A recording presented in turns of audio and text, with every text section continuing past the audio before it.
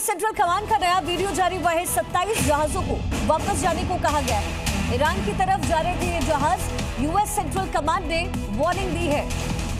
US central command का नया video जारी हुआ। 27 जहाजों को वापस जाने के लिए कह दिया गया है। ईरान की तरफ दरअसल ये जहाज जा रहे थे। यूएस सेंट्रल कमांड ने वार्निंग दी है।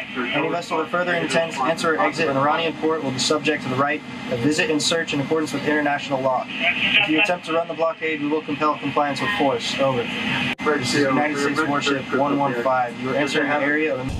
देखिए, बातचीत से पहले ईरान की बड़ी शर्त, टूस्का क्रू मेंबर्स को रिहा करे यूएस।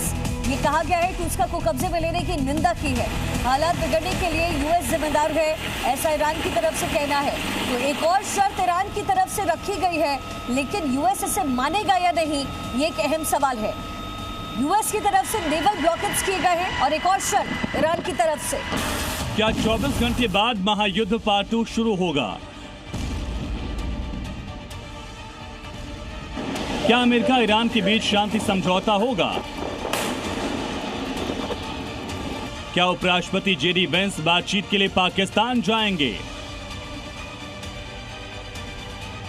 टिक टिक करती घड़ी की सुइयां और थमी हुई सांसें महायुद्ध पार्ट 2 की तरफ इशारा कर रही हैं। 22 अप्रैल की उस तारीख में महज 24 घंटे बचे हैं। ऐसे में ये सवाल कि अगर बातचीत नहीं हुई तो क्या फिर मिडिल ईस्ट में बारूद बरसेगा? क्या उपराष्ट्रपति जेडी वेंस बातचीत के लिए पाकिस्तान जाएंगे? टिक टिक करती घड़ी की सुइयां और थमी हुई सांसें महायुद्ध पार्ट 2 की तरफ इशारा कर रही हैं। 22 अप्रैल की उस तारीख में महज 24 घंटे बचे हैं। ऐसे में ये सवाल कि अगर बातचीत नहीं हुई तो क्या फिर मिडिल ईस्ट में बारूद बरसेगा? क्या इस बार महाविनाश और भी विध्वंसक होगा? क्योंकि इस बार अमेरिका और ईरान की तैयारी नेक्स्ट लेवल की है। पूरी दुनिया की नजरें इस वक्त तेहरान और वॉशिंगटन पर टिकी हैं। अमेरिका चाहता है कि दूसरा दौर जल्द शुरू हो, लेकिन ईरान ने बातचीत की मेज पर आने से पहले ही अपनी शर्तें और सख्त कर दी हैं।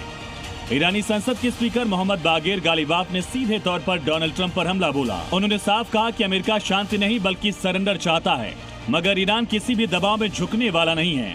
अगर सीज फायर टूटा तो ईरान जंग के मैदान में वो नए पत्ते खोलेगा जिसकी कल्पना भी अमेरिका ने नहीं की होगी। और इस तनाव को हवा दी है डोनाल्ड ट्रंप के उस बयान ने, जिसमें उन्होंने कहा कि अगर ईरान समझौते की मेज पर झुकता नहीं है तो उस पर फिर से बमबारी की जाएगी। ट्रंप के इसी बयान ने आग में घी का काम किया। गालिबाफ का मानना है कि ट्रंप सीजफायर तोड़कर दोबारा जंग शुरू करने का बहाना ढूंढ रहे हैं। ईरान का दावा है कि पिछले 14 दिनों में उसने अपनी सैन्य रणनीति को और धार दे दी है। आपको बता दें कि इस्लामाबाद में 7 अप्रैल को अमेरिका और ईरान के बीच पहले दौर की वार्ता हुई थी। 21 घंटे की बातचीत बेनतीजा रही। सीज फायर की डेडलाइन 24 घंटे बाद खत्म हो रही है। ईरान का रुख है कि धमकी के बीच बातचीत संभव नहीं है। उधर ट्रंप ने भी वार्निंग दी कि ईरान के पास ये आखिरी मौका है। सवाल अब ये कि क्या डिप्लोमेसी के दरवाजे पूरी तरह बंद हो चुके हैं? अगर अगले 24 घंटों में बातचीत का कोई नया रास्ता नहीं निकलता तो मिडिल ईस्ट में बारूद की गंध और गहरी हो सकती है। ट्रंप की मैक्सिमम प्रेशर की नीति और ईरान का नए पत्ते दिखाने का दांव, अब इन दोनों के बीच फंसी है मिडिल ईस्ट की शांति। ब्यूरो रिपोर्ट, जी मीडिया।